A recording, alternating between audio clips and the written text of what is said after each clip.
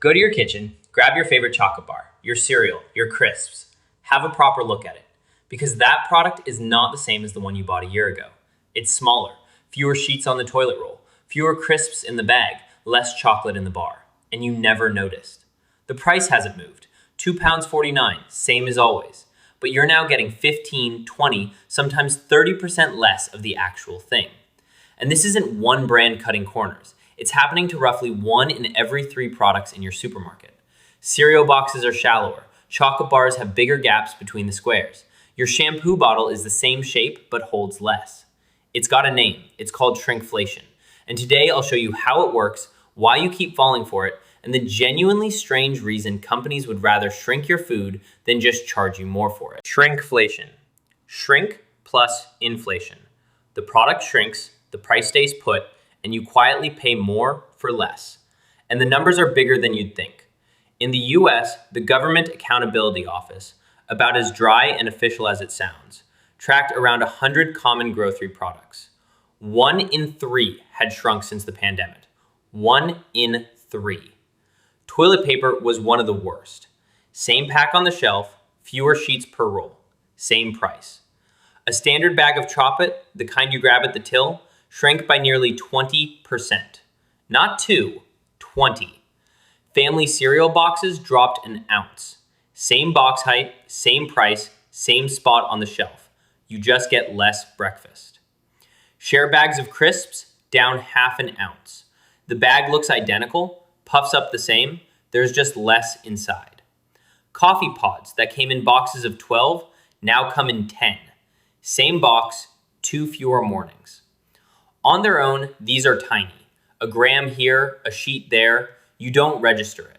But add it up across your whole trolley every week for a year, and you're paying hundreds of pounds more for stuff that simply isn't there. So here's the question that makes the whole thing work. Why don't you notice?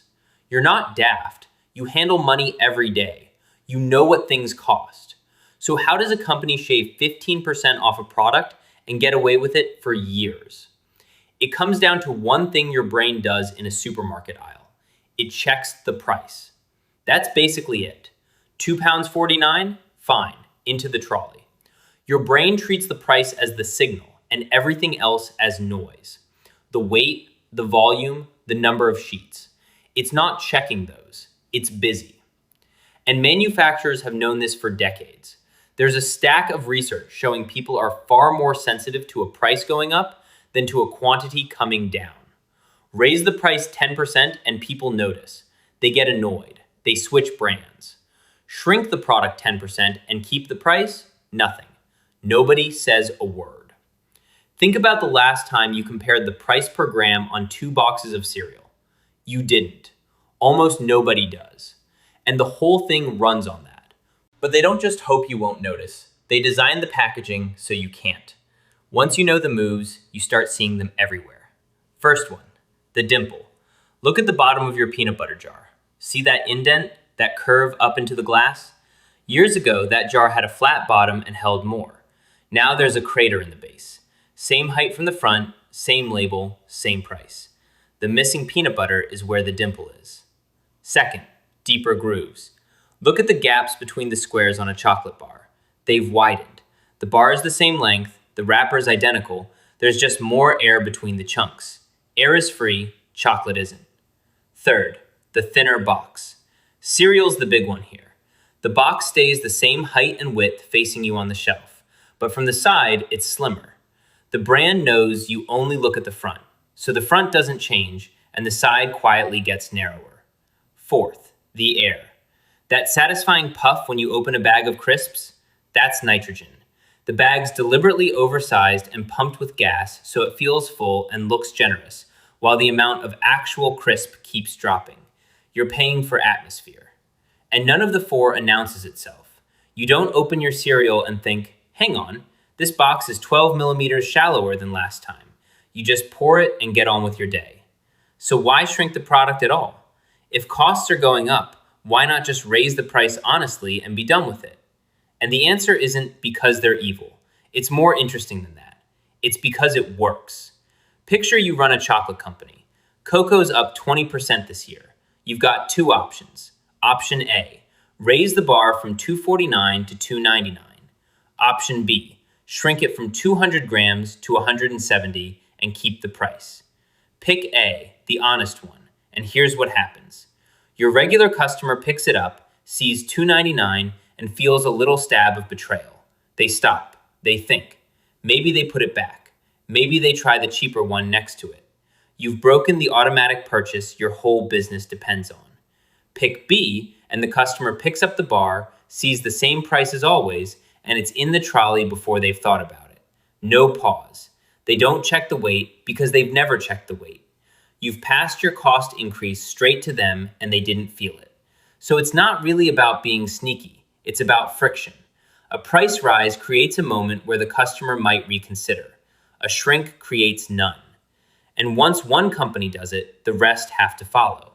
If your competitor shrank their bar and kept the price, and you're the one nobly raising yours, you just look expensive. You lose. So it's not a conspiracy. It's competition, which is almost worse. If your kitchen's starting to feel like a crime scene, good. Hit like, it helps this reach more people who think they're paying the same for the same stuff.